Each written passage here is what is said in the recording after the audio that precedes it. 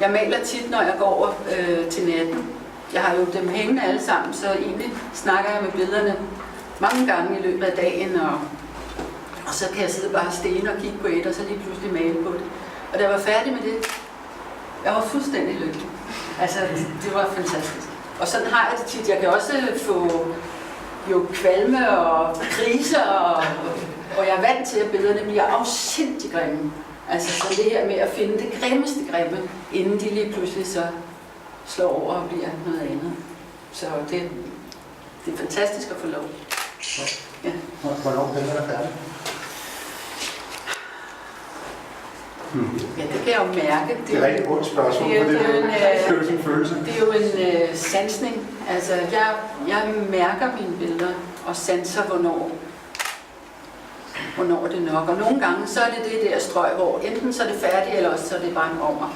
Så kan jeg, og så... Så det er... Altså, jeg kan se det, når det er færdigt.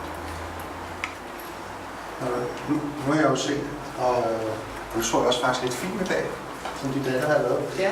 fra et af billederne, der var ved at blive lavet. Det er ikke altid billederne hænger. Nej, jeg arbejder jo på dem, faktisk, hvor de ligger ned.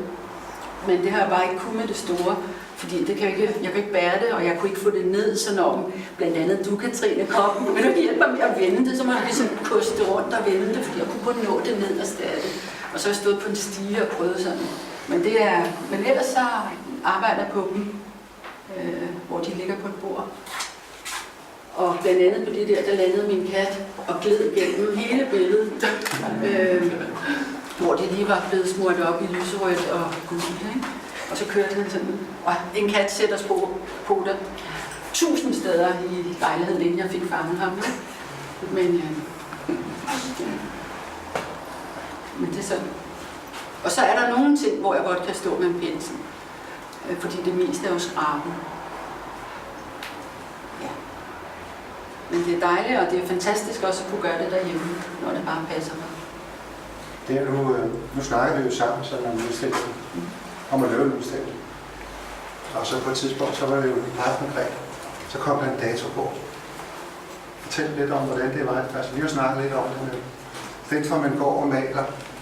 Jamen, det var jo rigtig dejligt, fordi altså, jeg kiggede over, inden jeg kom herover, der stod 42 billeder hjemme i min lejlighed, og jeg havde bare, altså hjælp mig, nogen må gøre noget.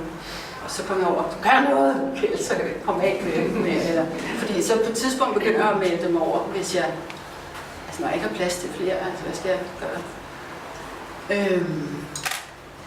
Og så da du sagde til mig, at jeg skal bruge 4 nye, Lisbeth. Ja. Arbejder du godt under pres, sagde du, og det i virkeligheden er jo oprindeligt sygeplejerske, jeg arbejder godt under pres. Og det har været fantastisk, fordi der lige pludselig var et mål. Og jeg vidste jo ikke, om jeg kunne blive færdig. Altså, det måtte jo så vise sig, men jeg ved af erfaring, at jeg maler på mange billeder på en gang. Og 4, det skulle nok kunne lade sig gøre. Det gjorde det så også. Så.